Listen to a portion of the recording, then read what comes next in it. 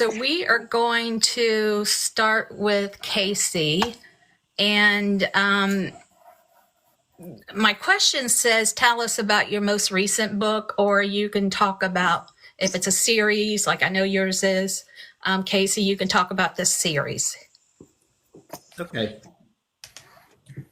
Go ahead. All right. I've only written the one series of books. It's the Good Vibe trilogy, and basically it's based on real life events from my own life back in the '70s. But it began as that and as a kind of a family saga romance, and it turned into a trilogy that, as you went further along into it, became what if reimagined fiction. If certain Okay. events had happened different ways, and if different decisions had been made in my life in particular, or by some of the people that I was friendly with and involved with, what might have happened. So it's very hard to categorize my book. It's been in literary fiction, but as of late, it's more like a story of a romance and a family saga. And like I said, it is based on, the first book is based on almost completely 100% real stuff that happened. Oh, And okay. I I've have to been, keep that in mind. That's yeah, really cool. the 19, the books pivot between timelines. They pivot between the 1970s and then later the 1980s and further on, and the modern story. Most of the modern story is total fiction. Most Okay. of the 1970s story actually happened, and then as you get further into the former story, the '70s into the '80s and on, it becomes more of reimagined fiction. That's what I call it anyway. Is the part that what could have been, what might have been, and that's where it goes. It's been a fun journey, but it's also been difficult to categorize. I can understand that. Alexandra, what about you? You talk about your last book or a number of books, however you want to go. So my last book, I'll show it since I have it here. It's Love Beyond the Game. So it's a duet. So it's a two-part series, although I'm playing around with kind of spin-offs. It's a sports romance. There are elements of it that happen to me, and it's kind of like a what if too. But not in the romantic sense. So it's about a baseball player in college and a gymnast in college, and they're very serious athletes, but they're later in their careers. As a gymnast, the female isn't going to be moving on with gymnastics because there's no professional gymnastics league, right? But there is a professional baseball league. So part of it is her letting go of that part of her life, and also with him embracing moving into a professional type of baseball because he has designs to go into the minors and then become a major league baseball player. So I had to do a lot of research about the baseball side of things because that was new to me, but I was a gymnast. And in this book, her injury is actually an injury that I had as a gymnast. She is doing everything that happened to her in the very beginning of the book happened to me. The only difference is I didn't have PT. I went through surgery. I had a rotator cuff injury, and went to surgery. My surgeon didn't recommend PT. And then I went right back into gymnastics 2 months after my surgery, and I did not have mobility. There were things I wasn't able to do. And then I don't know if you've heard of this, I had the yips. And it wasn't even the same event that I had the yips on. I got injured on the vault, and the yips were on bars. So I couldn't do my bar dismount. And I was a very high ranked gymnast. I was supposed to go to college. This was a big thing for me, but this happened to me when I was in high school, and this injury happened to her when she's in college. So this is kind of a what if I had therapy? What if I had gone to physical therapy? What if I had actually had the support? And I had a great family. I had the support team. But we didn't know in those days. And I say that in those days, I'm not as young as, you know, this was in the 90s, in the early 90s. We didn't know that you needed physical therapy. We didn't know that you needed therapy. Mental health was just not talked about. So one of the elements that I add to this book, even though it's a romance, is they're together, but they have these separate lives, these separate things that go on in their lives, and how do they get together? And I did it as a 2-part series because I wanted to show when they're in college, your life is a certain way. You live in a little bubble, right? And I don't know if many of us remember that, but it is a bubble. It's a microcosm of reality. And everything changes once you graduate. Things are not controlled anymore. She doesn't have a schedule. She doesn't have things laid out for her like she did in college. And as an athlete, I don't know if you guys were athletes at all, but I had a very regimented schedule. I did gymnastics in the morning, then I went to school and I did gymnastics in the evening, and I did this every day. And then you stop doing it, and all of a sudden you're like, well, what do I do? You have no plan. So I wanted to illustrate these kinds of things in my writing in the book. So it's more than a romance, although that's very much a part of it. And then there's other elements that I add, a little bit of a thriller element, family dynamics. And then I'm working on book 2, which will be called Life Beyond the Game. And book 2 is going to be them after college and how they grapple with the new changes in their lives and how they stay together, whether or not they're able to stay together, and how that influences them. Okay. The I book just- you I wanna- named. I just Go wanted ahead, to Kaycee. add real quickly. There's a similarity there in that in the initial book, in the part that takes place in the 70s, is about high school and being in that bubble that you talked about, where the rest of real life, your life is like hour by hour. And, Yes. and everything is like right there, and you don't see much out in front of you. So in my books, once you get to the second book where it deals with these 2 teenagers who are thrust into the real world, it's like a complete change of direction, even in the writing itself. So That's cool. Alexandra, I was going to say that the book you named, and I'll need you to let me know what that is again. That must have been the work in progress that I had listed here. Life Beyond the Game is my work in progress. Love Okay. Beyond the Game has now been published. So I don't know Love if Beyond when the we Game. talked. Okay. Yeah, Love Beyond the Game is now published. Okay, so I know when I don't know when we scheduled, but at that point you had 7 books out and 1 in progress. Now I have 8 books out and 4 in progress, but I'm really Wow. focusing. I've finished the first draft of Life Beyond the Game, but as you all know, the first draft is just a first draft. So I'm going through it many, many times before it'll be ready. And I actually have a fellow book talker that's helping me with alpha reading it and making sure the developmental parts of it are there. And I want to stay true to the characters so that it feels authentic. I don't want to, in some books you read, it's like all of a sudden they're a different person in the next book. And I don't want that. I want them to show the progression of who they are. Yeah, that's the way it should be, in my opinion. What was the inspiration? And you may have said that with you talking about it, the inspiration for that most recent book. Well, for me, it's funny. My husband he played baseball in college. He's a collegiate baseball player, and now he's a physical therapist. And so I now realize because of him, things that I could have done that I would have been able to be an athlete. I could have gone to college and been a gymnast had I known him, as he is now as an adult.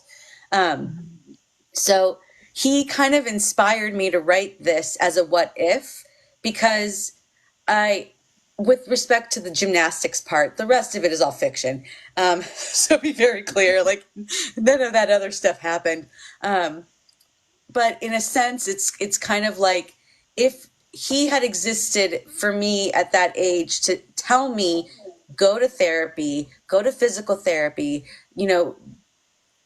athletes get the yips. These are normal things that happen to people. So for me, he kind of inspired me to write, what if that existed, you know? And then the rest of it just kind of came to me in a dream. So I just like, which is like most of my books. That actually goes along with the next question. If you got it from dreams, so you do get inspirations from dreams. Yes. All my books are because I dreamt them. It's Okay. very weird. I have very vivid dreams. I don't know but like they are like movies and I remember them very distinctly. And that is how I know what my next book is going to be. And I try to write the series in a series in order. With this book, it's working. I have other series. It's just, my brain just doesn't want to go back to that yet. And so I'm not able to write the next book in that series, but because it has to I have to be inspired in a dream. I don't know why. It's really Wow. weird. So Kaycee, why don't you answer those two questions? What was the inspiration for your series? And then do you get inspired by dreams? Well, yeah, the inspiration, like I said, it originated with 4 years ago during the pandemic. I also was dealing with some minor major health issues, and it started me thinking about the past, and it started me thinking about all of the things that I didn't do that I wanted to do. And one of those things was, had a lot to do with the friendships that I had made so many years ago that had been let go of. And at that time, I reached out to a number of people, and I was gratified to, get good feedback from them. And yet there are still, unfortunately, some people no longer with us. That, again, it started a conversation in my head about regrets and what if. So I was inspired a lot by that. And originally I wrote a stage play that I was more familiar with doing. I had written a couple before that. And it kind of was isolated on, the then and now thing. And I played it in my head a number of times. And then several people said to me, this would be kind of interesting in a novelized form. And I've never been really patient enough with myself. But during that time when we had nothing else to do but, binge on Netflix, it seemed like a good time to do that. And so I was inspired to do that. And, the one particular romantic story with involving the character that would more or less represent me and the female protagonist, that took on a different life of itself because of the what if factor. And I would say, to answer the second question, I had many, many, many dreams over many, many years about that particular situation. It was a first love, not a first kiss, but a first love. And a first romantic, feeling of passion and something that went beyond just what you feel as a, 17-year-old boy. I had what if dreams about that for years. And during this time, they became a little bit more vivid in my mind. And, like Alexandra, I play things out like a movie, like I'm watching it. And at the end, the credits roll and the music swells and everything else. I love that. I swear it's true. And they tell me that dreams only last 13 seconds, but I'm telling you, I've had some two-parters, with cliffhangers and everything else.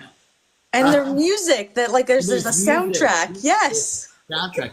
And, as a musician, that's also another thing. You get up from a dream and you've heard something in your head and you want to get there and, in my case, get right onto the piano and start seeing if I can replicate it. But no, dreams have played a part in this this journey for me, and always have, especially the main plot line involving the two main characters.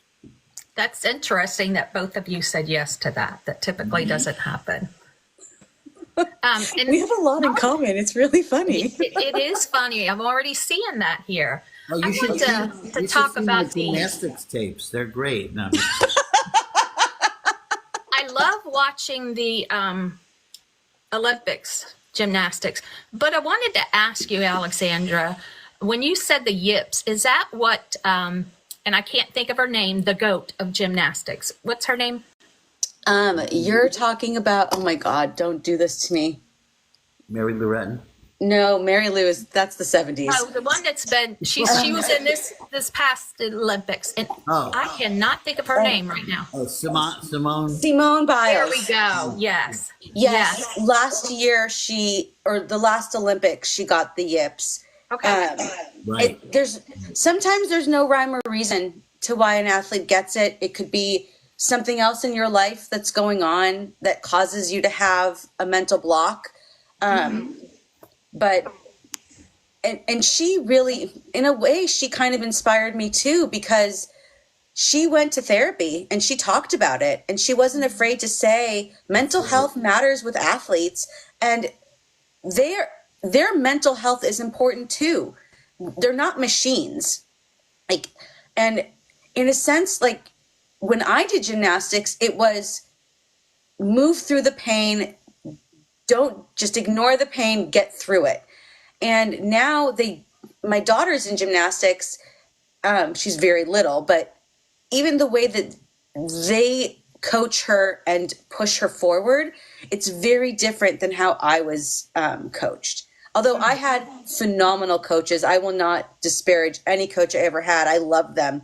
We were a product of our time, right? So I had amazing coaches. I recently got in contact with a former coach who I absolutely adore, but they would put me on two different mats and push me down, and you had to push through the pain.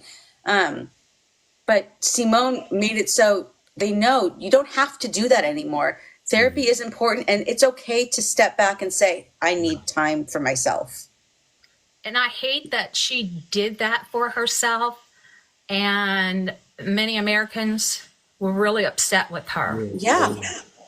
They disparaged her for it. But her mental health was important. Right. There have been a number Absolutely. of athletes who have been courageous enough to come out and talk about it, and in especially the male athletes, they get a lot of crap about it. But I remember Simone got a lot of unnecessary rattling about that. But it's the same in any high visual situation, where the media's on you and everything else.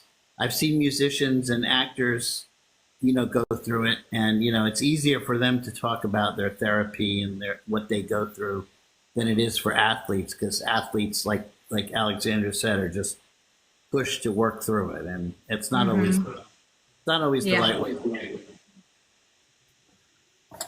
Kaycee, how long did it take you to write your last book of the series? Well, actually, that's a good question. I wrote the whole thing as one big. Oh, okay. I mean, originally I wrote this monster. Okay, so when I wrote it, I would say that it was about a 2-year project. But then when I showed it to a friend of mine who was an former editor at Hardcore Brace Jovanovic, she said, "You got to break this up. It's too long." And then when I broke it up, I realized, okay, now I've got to do some filling in, because I had one book that was like this, and then 2 books that were like that. And I don't know, maybe it was some kind of OCD on my part, but I wanted them all to be like the same substance. I don't blame you. I feel the same way. So I'm looking at 1 and 2 here. Well, and I can't imagine a third one and having that all together. Yeah. Take it. Well, it wasn't like that. It wasn't that long. I mean, by the time I finished writing each book individually, they were like that. But the first one would have been like, it would look like Lord of the Rings or something like that. When you're paid by the word, like Don Quixote. And I became very obsessed with word count. But the thing is that so I would say that breaking the first book down, the Paradise We Create, that one probably was like 2 years, and then it took me another year to do the second book. And by the time I got to the third book, I kind of gotten into the swing of it. I felt more comfortable with my writing skills by that point. And so I would say it took a little bit less than a year, maybe 9 months, to finish that third one. And again, taking into consideration that the skeleton for it was all there. It was just a matter of, kind of puffing it here and puffing it there. And then along the way, I had some other ideas. And then, I developed a friendship with Tony Good, who's written 28 books. And we kind of crossed over some of our characters and settings, and that was fun to do. So I would say the last book in the series took about 9 months. Okay. And what about you, Alexandra? I don't know if you wanted to talk about Love Beyond the Game, or Yeah, I mean, that one took me about 7 months to write.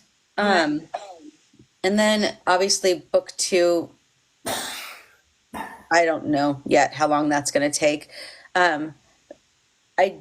I started writing book two as I ended book one, but obviously I wanted them to be separate because word count matters to me also. And I think this is very important in like with authors and books for the public. If you're writing something that you want someone to buy, we have to be mindful of length and how long things are. And there are genre guidelines for a reason.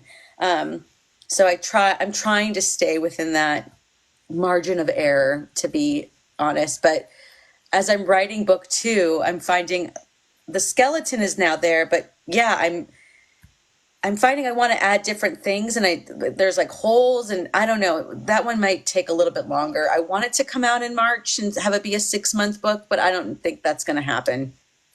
So you try to stick to a specific word count? I do. I try to keep my contemporary works at about between 50 to 60, 70,000 words. My historical romance, I can go a little bit higher. I can go into the 90,000 word count because that's acceptable for historical romance. But with contemporary romance, people don't want a 90,000 word book. So I try to be mindful of that. I have a book on my TBR that's been on there since the beginning. It's Chloe. I don't know if you guys have heard or read that book. Yeah. And it's so long. I'm so intimidated to start it, but I want to because I hear so many good things about it. So one of these days, I'm going to pick it up and read it. But the fact that you're delaying reading it is one of the reasons why I am mindful of that. I don't want a person to say, I heard such great things about it, but it's too long. It's a project, right? You have to take the time to read it. I don't want my books to be a project. So, yeah. I'm going to bite the bullet one time and just go ahead and read it because I really, really want to read it. Just do it. It just has to be good. Yes, yes. So how many books have you written? Kaycee, we know about your 3 books, and Alexandra, you have 8 books plus more in progress, and it looks like you have a 2-book series and then another 2-book series in here, if I have my spreadsheet accurate. So when I initially started writing Love Beyond the Game, it wasn't supposed to be a series, but it became a series. So it's just going to be a duet. I have the Nightingale Chronicles, which is a historical romance. And then I have the Bow Street Ladies. So those are 2 separate series. And those are historical. Do you have those covers to go ahead and show everybody on the line? And then Kaycee will have you do the same. So for the Bow Street series, this is the first one. In this particular series, I do recommend reading them in order. Okay. So this is When a Lady Saves a Duke. So these are crime-solving mystery. This book, this particular one, Unmasking the Gentleman, is a little darker, a little bit more Jack the Ripper without the gore. Okay. So I wanted to showcase that women, even during Regency England, a time when women were typically not looked at as being in the forefront of society, but they were. So these are a group of aristocratic women that are they're considered blue stockings. So they're the smart girls that are kind of the wallflowers. But they became friends in finishing school, and now they're solving crimes. So when I did all this research, I didn't realize that you had to actually pay police to do investigations in Regency England. Like, that was part of the thing. You had to pay a Bow Street runner, to investigate a crime. So typically, poor people didn't have access to solving these crimes. So these women get involved when they see an injustice. That's part of what they're why they solve crimes and why they got together. So they solve, and then there's a little bit of a subplot where they also have some romance involved. And then my other two this is the Nightingale Chronicles. There's a little bit of thriller suspense in all of these. And there's protecting Jacqueline and loving Victoria. And like you can see, they're much larger, much thicker. In these novels, I focus more on women friendship, and the importance of having a group of friends that love each other and support each other. These are also unique women during their time. One wants to run a business. One wants to become a doctor.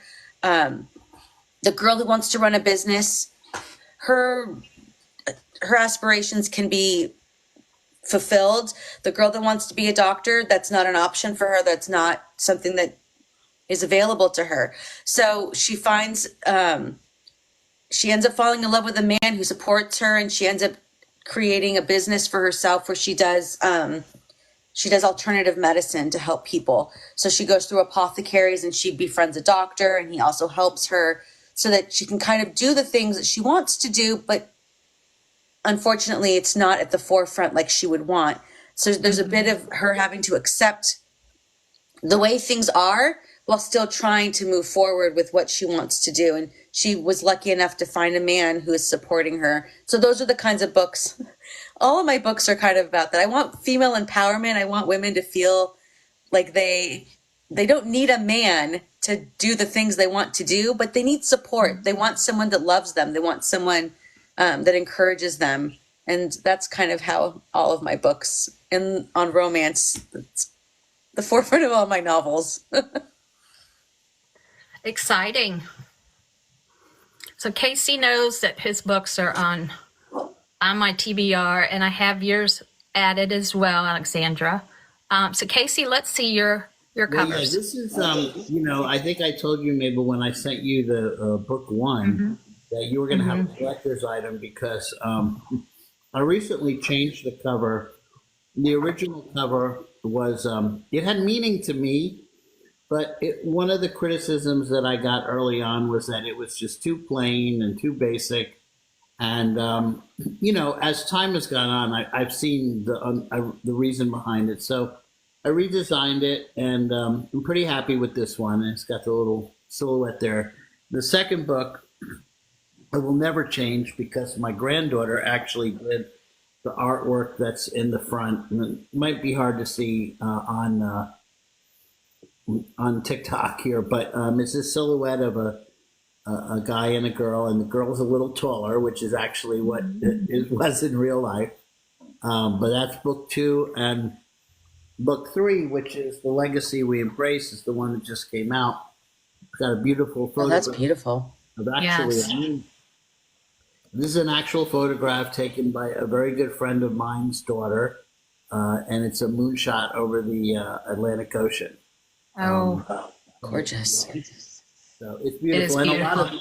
a lot of the books take place at the Atlantic Ocean, a lot further north than here in Florida, in New Jersey.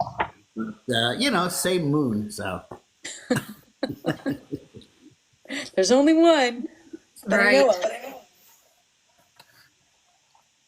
of.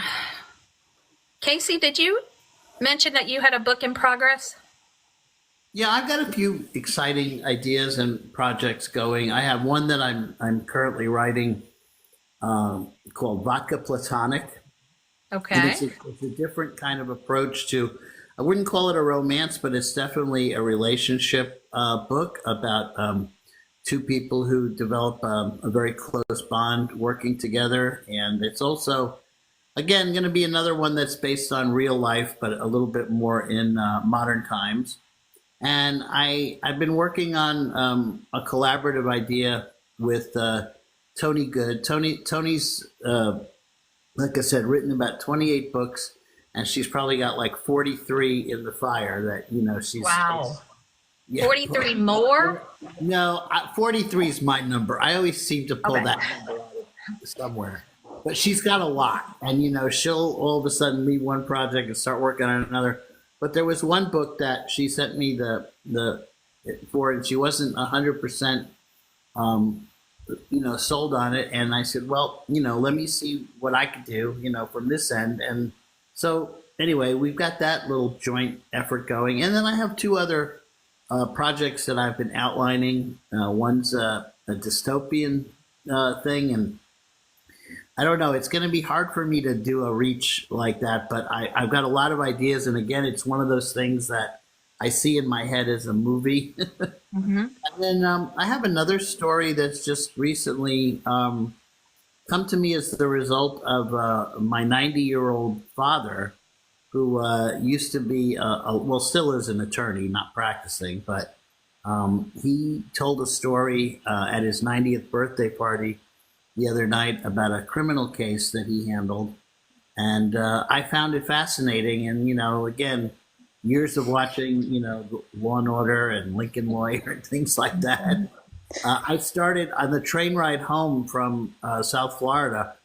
I started seeing little scenes of it in my head, and I'm saying, you know what, that story is a great story, and it needs to get. So I've got that one that I've started to outline too. So I don't know what order those are going to be in. And Vodka Platonic is going to be a much shorter work than what I've done in the past, and I'm hoping to have that out by the middle of next year. From what I hear from people that have multiple works in progress is that you just have to be thinking about that book. You can't just force it upon yourself to work on it. So, well, doing the trilogy and my rookie attempt at doing a book. I don't know how anybody could do. Like, I've been fascinated in my friendship with Tony, how she's able to work multiple projects at the same time. But she did it to kind of, when she got stuck on one thing, she would move to the other thing, get that rolling, and then by the time she got that rolling, she was ready to go finish the first one.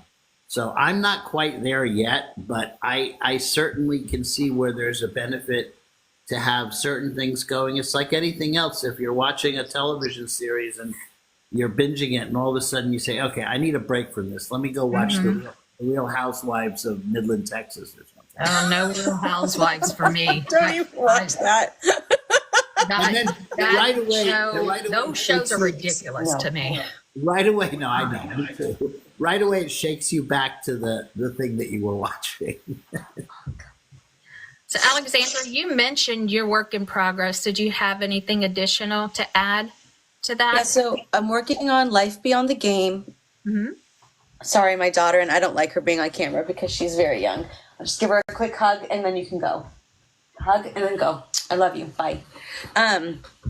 So Life Beyond the Game, which is the baseball romance. I'm also working on a book that I'm loosely calling Coach, work in title in progress. It's about the NFL. And I recently spoke with a news broadcaster. And I always like to write a little bit of controversy in my books. So this particular novel is going to be centered around the NFL and college football, and how they cover up some abuse cases, and some of the difficulty around that. And I'm going to have one of my characters is a byproduct of of an assault, and I'm trying to figure out, do I want her? I got to figure out how much of that I want in her, like how deep I want to go. But the premise is going to be that the coach who she falls in love with then has to draft or trade a player who happened to be the person that abused her. So that's Good. and I want to talk about it because it is still a very prevalent problem within college football and the NFL. We don't talk about it very much. And I'm kind of sick and tired of everyone saying boys will be boys, or it's an aggressive game. And that's why it's acceptable. And so that's one of the books I'm working on. And like Kaycee was saying, for me, I am kind of a mood writer, but it's also sometimes a book gets too intense for me as I'm writing it, and I need to step back from it. Yeah. And that's why I start working on a different project until I can get back into that headspace where I can then really get into it. I'm also working on the Nightingale Chronicles. It's going to be called Saving Edward. It's Jacqueline's younger brother. Okay. And in that novel, I talk about alcoholism, which was very prevalent and a big problem during Regency England. And he goes through it. His father goes through it. And I'm calling it Saving Edward because the woman that he's with basically tells him, either you get your life together or I want nothing to do with you. And I've written the book. The bones are all there, but I'm trying to get the meat and potatoes into it. And it's hard. It gets very emotionally draining for me with that particular book. And it's been taking me 2 years to write that one. Wow. It's near and dear to my heart because I know this sounds crazy. I really care about Edward in the story. I care very deeply about him as a character. And I want to showcase the things that he's going through so that people can understand it. And that particular book is also taking me, I've gone through 20 drafts of this book already, Wow. and I'm just not happy with it yet. It hasn't even gone to an editor.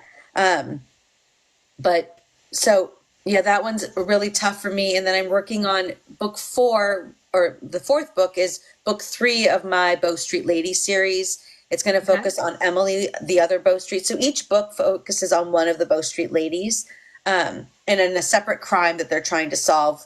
So I know what I want to write with regards to the love story, but I'm having a hard time figuring out what the crime is that I want them to solve.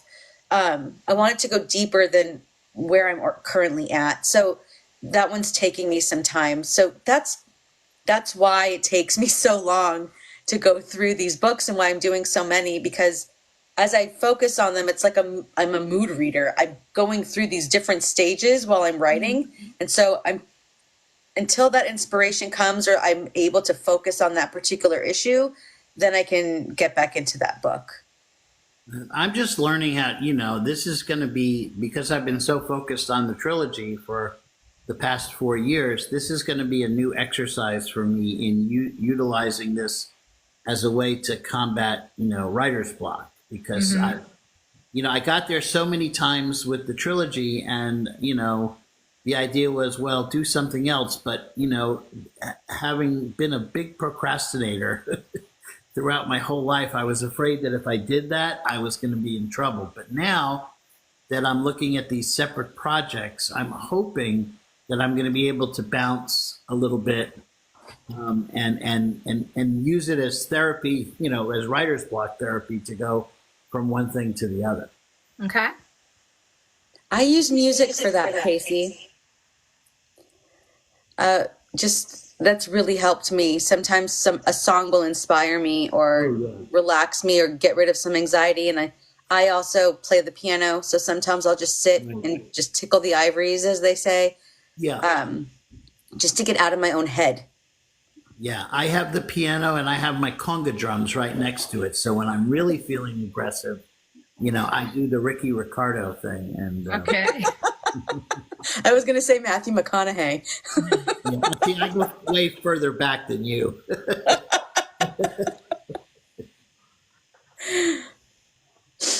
Okay. question is, where can we find your books? And in my spreadsheet, Kaycee, it says the Zon in all formats for you. Are there additional places, or is it just? No, right now it's just Amazon, and the easiest way to find them is to go to. I mean, you can go put Kaycee Evans in the search engine, as long as you spell it right, and it'll Right. come up. But I also have a website, kayceeevans.com, and right when you get on there, you can pop the button, and it'll send you right to the link for the trilogy. Okay. So right now, yeah, it's just Amazon, and I don't know what the future is going to bring, but I'm pretty comfortable with it there right now. In Alexandra, I have the Zon and Barnes and Noble. Yeah, I've got a couple on Barnes and Noble, paperback or ebook. Not all of my books are paperback with Barnes and Noble, but they're all ebooks. Okay. And then I have 3 audiobooks on Audible. They're Audible exclusive. Okay. Great.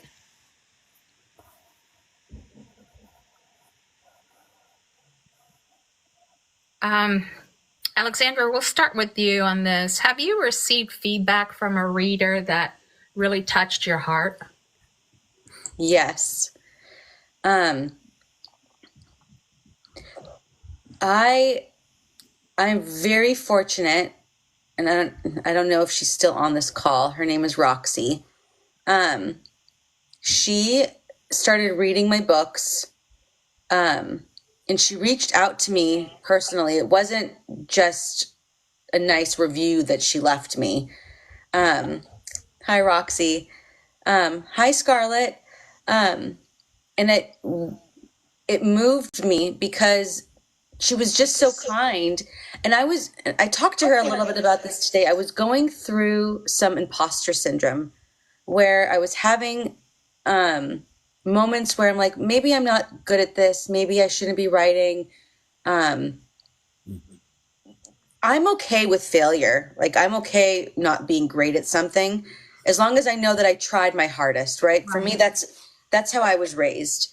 But I really want to be good at writing. I really want to eventually be a successful writer. And I was having I was feeling down and feeling like maybe this wasn't going to work for me. And she just made me feel better. She's like, you do write good books. You do have a style that's your own. And she made me feel very good, saying, it's okay that I don't write like everyone else. I have my own voice. And she enjoyed it. Like, she just enjoyed my books and they made her feel happy. And I don't think there's more of a compliment that you can give a writer than to say, your book made me happy. Your book made me feel good. Mm-hmm.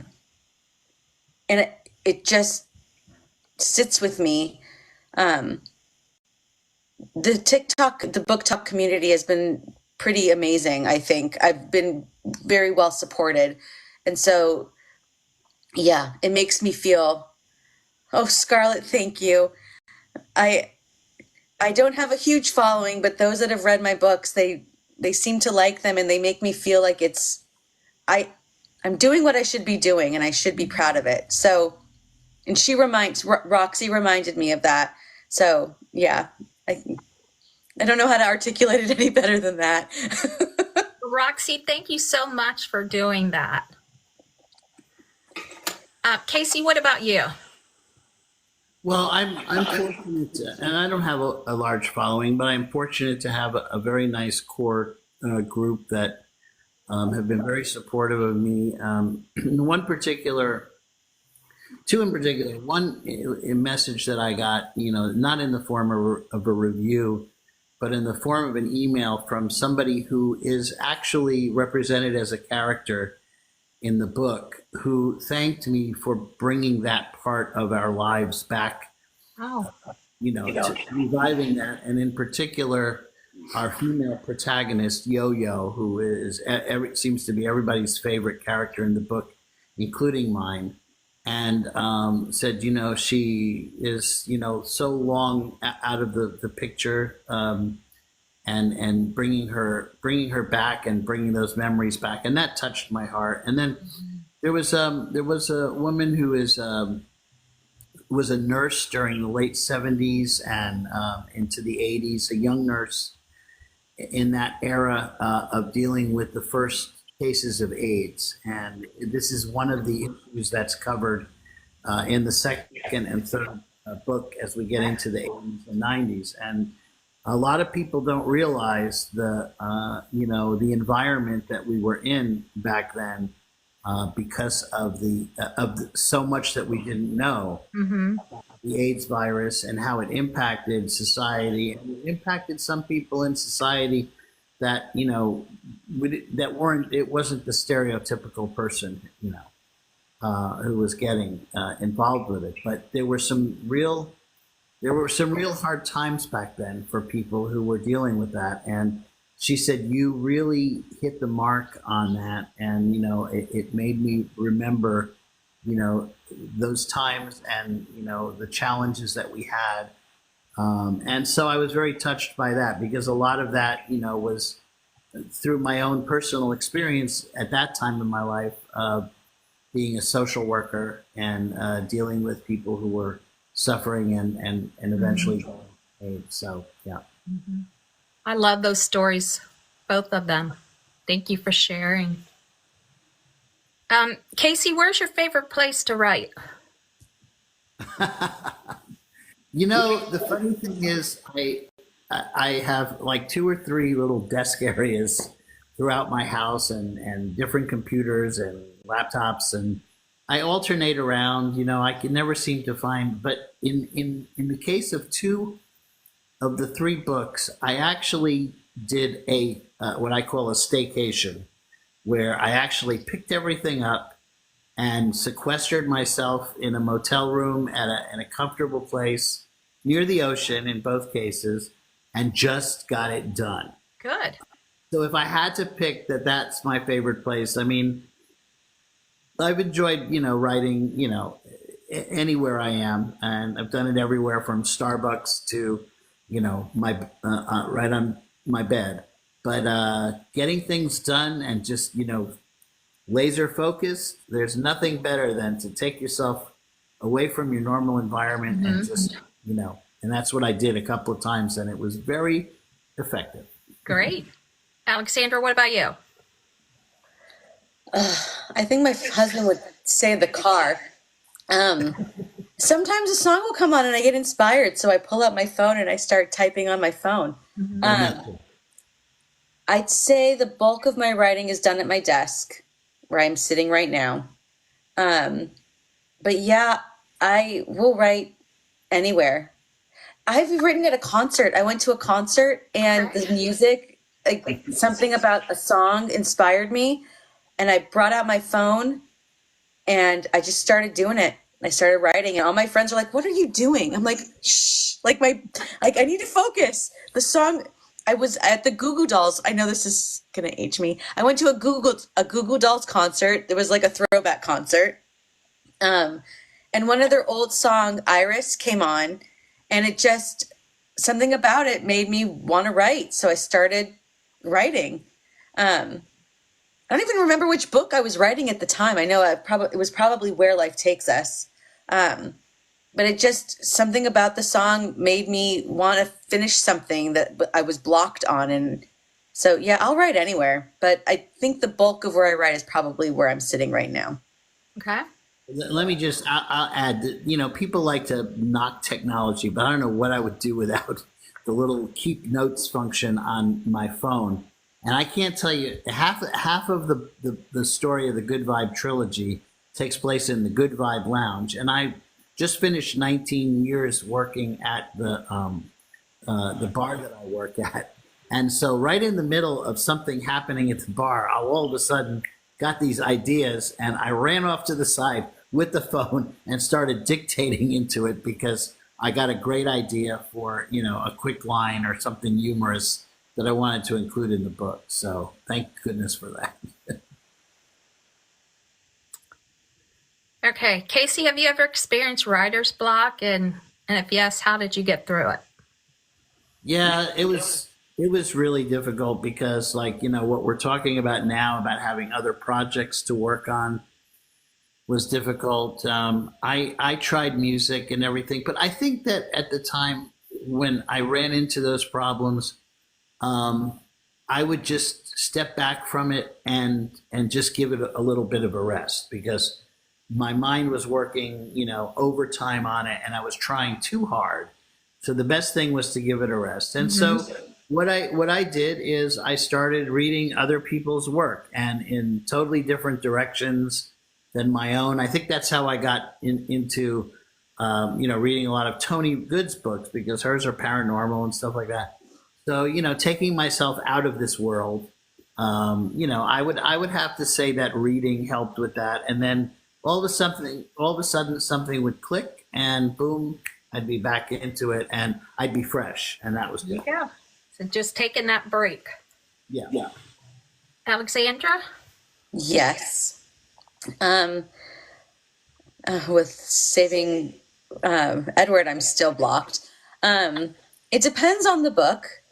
Where life takes us, I didn't have any writer's block writing that book.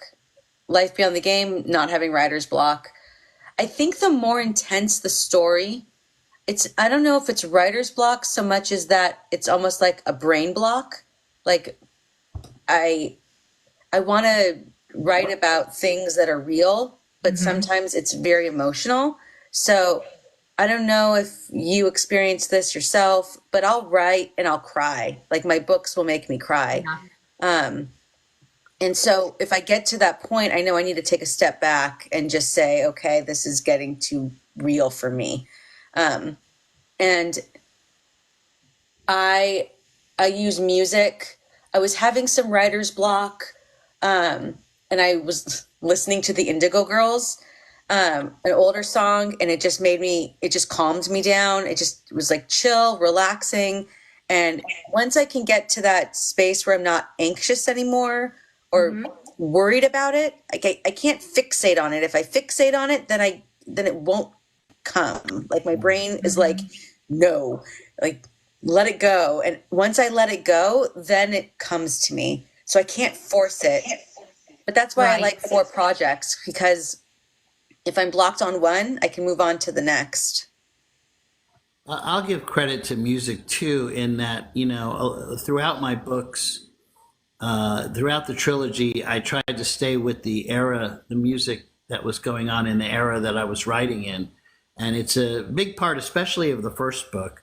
But all of a sudden, I would be listening to music from that era, and all of a sudden, it would shake me, and it got me right back into something because there was something in those lyrics or some recollection I had of that music or that artist that brought me right back to where I wanted to be, and I incorporated it. It might have just been a couple of sentences, but I incorporated it back, and sure enough, it launched me right back in there. Okay. Well, I want to be respectful of your time. Okay, I got to do this puzzle piece here, guys. Okay, it's 8:55. I can go longer, but in case you guys need to drop off at 9, I want to skip down and ask one of the questions because I really like this question. I incorporated it maybe 3 weeks ago. When you, if your books, let's just go with the last book, and then Kaycee, yours is all a series. So if it's all the same people, you can talk about that. But Alexandra, if your book was turned into a movie or a network series, who would you like to portray the main characters? I haven't thought about this for Life or for Love Beyond the Game. So who would I want? I think for Nicole, I would want... Oh, God, that's a hard one. I'm terrible with new actresses, too. Oh, come back to me. I got to think about the answer. Okay. What about you, Kaycee? Well, I've done a lot of thinking about this because, like I said, I see the credits roll. But ideally, if I could time warp Matthew Broderick to play the Ferris Bueller character that from that era, to play the younger version of Andrew and then fast forward it to who he is now. That would be perfect, but it wouldn't work that way. There's an actor called Skylar Gisondo that also has been in a number of different things. He's in his 20s now, but he could still pull off being a teenager. And the main female protagonist, Yo-Yo, there's only one gal, and she looks so much like her. You know, the original person that it's based on, Anya Taylor-Joy. I think that's her name. The one that was in, she played the chess. Anya Taylor-Joy, I think is her name. But anyway, but I've had a number of them. You know, there's a couple of characters in there that I've thought about. Mila Kunis could play, Leah Michelle could play. So yeah, I've thought a lot about how to cast it. But unfortunately, when I started writing it, some of those people by now they've aged out. So we have to go to a Yeah. Do you think of anyone, Alexandra? I would say, I don't remember what his name is, but he played Superman. Which one? There's what, 10 of them? So if you remember the series, on CW, this is really aging me. I don't know if he's even young enough. Taylor Hocken? Yes. Tyler Hoechlin, yeah. Yeah. So he would be Jeremy. And for Nicole, she's the one I'm having a really hard time with because I would want Natalie Portman, but she's too old. So I have to I would have to find a Natalie Portman like person that's more in their 20s now because she's in her late 40s. So yeah, I don't know that many of the younger actresses out there right now, and because my kids are so little, all I'm watching are like cartoons. Yeah. So I don't have like a very good Nina Dobrev. You think she would be a good? You should be good, Nicole. I will go with Scarlett's name. I don't know who that is, but if she thinks, I trust Scarlett to know who would be a good. Oh, Amelia Clark. Yes, she would be a great Nicole. That makes sense. I don't know if she might be a little bit too old. But yeah, someone like that. The rest of the characters, I don't know. There's so many characters on it. I can't think of who all the people would be that I would want, but definitely the Superman character. And then when they get older, I could totally see it being like, who's the Superman in the current series, like the current movies? Henry Cavill. Yes. Yeah. Him. He could be like an older Jeremy. I love this question because it stumps some people, and then when they come to it, they're like, "Oh yeah, that person would be perfect." I love hearing the answers to this question. So, did either of you need to hop off, or do you have a few more minutes? I have a few minutes. My kids just keep coming in every once in a while. I'm going to close the door, so give me 1 second. Yeah, I'm not allowing my cat to go on camera because she gets too much fan mail.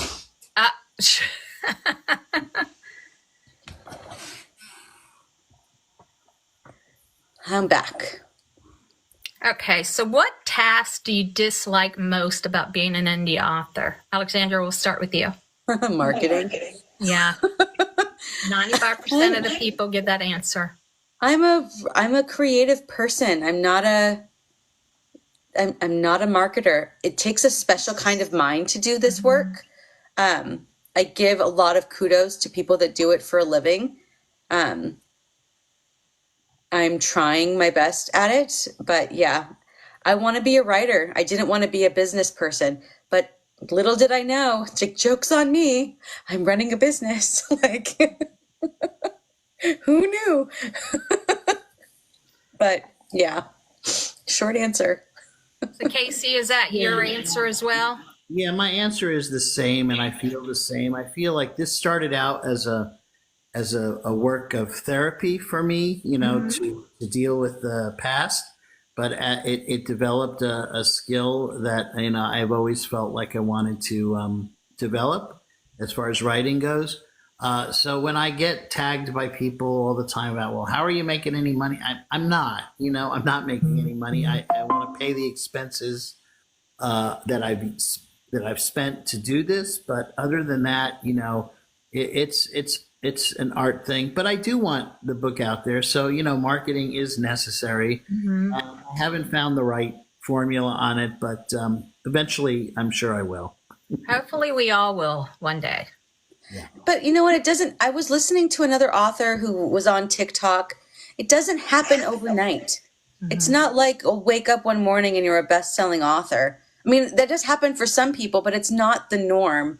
So it does take time to get our name out there. And I've only been writing for a year. My books have only been published for a year. Wow, So you're that many within I a was year. writing longer than when they got published. So let's be clear. But like over time, it's like, yeah, it doesn't happen overnight. So we still have time. All right, so I'm going to go with one more question, then I'll let you guys go. So what important advice would you give a first-time author? And let's say indie author. I would say don't use a publishing house. I had to learn that the hard way. Don't worry about bad reviews. Not everyone's going to like what you write, and that is okay. Even Hemingway had people that didn't like his work. And edit, edit, edit, edit. Go through your work, read it, listen to it. Don't rush the process because you don't want to put something out there and it'll happen anyway, right? I'll find an error. I'm like, oh my God, that should have been a comma. But go through your work, listen to it. There are listening functions in most of these word processing programs. Listen to your book. If the dialogue is not dialoguing, if it doesn't sound good, if it doesn't sound realistic, work on it, make it better. That's the time to do it. That's what I would tell any first-time author. And again, grow a thick skin. Don't worry about bad reviews. You're going to get them. I got one that was like a page long. Wow. Like, you didn't even realize what you were reading. She got upset because my book was not a Jane Austen adaptation. I did not claim that it was, my friend. So, but like she wrote a whole novel about it. Like, Wow. but you just grow a thick skin. It is what it is. Like, So Kaycee, what about you? What would you tell that first-time My author? advice would be to listen to everything Alexandra Shaw just said. No, but I agree with first of all, not rushing the process. I think that in my initial stages, one of the problems I had always had with writing, because I probably over a lifetime, I'm going to be 65, and over a lifetime, I probably started 6 books, all of which I had the ending for, and the beginning, but just not the middle. So I never had the patience. But this was a test in patience with myself, and everything that Alexandra just said is reading it over and over and over, and editing over and over and over, and listening to it. That's been a great tool to use. To let Word read it back to me. Has been really great. But again, I think it's patience with yourself. Now, I still haven't gotten over the bad review thing. I'm working on that, but that's my problem. But luckily, I haven't really gotten that many terrible reviews, so it's just I fear them. But I'm gonna deal with them. But I think that is good advice, though. I think you just have to keep doing it. And if you remind yourself, if you're in this to do the writing, if you're in this because you enjoy it and you want to share it. I mean, I said at the outset of this is if 50 people read this trilogy and like it, I'll be very, very happy. And I'm happy to report that it's been a lot more than that. But I just feel that, you're in this to enjoy it. Do it to enjoy it. If it becomes burdensome, then it's not funny. So. Well, I That's want to true. thank you both for taking time out of your evening to talk to me. I loved hearing your stories. And thank you for the people that joined us today. We didn't get through all the questions, which to me is a good thing, I think, because there's been a few that I've had where I had to ask the viewers for questions because I couldn't do. So that's why I added some of the ones that I really liked as I was researching. So thank you both for your time. I wish you much success, and hopefully we will talk again soon. Well, thank you, Mabel. Thank you. Thank you. Bye-bye. Bye.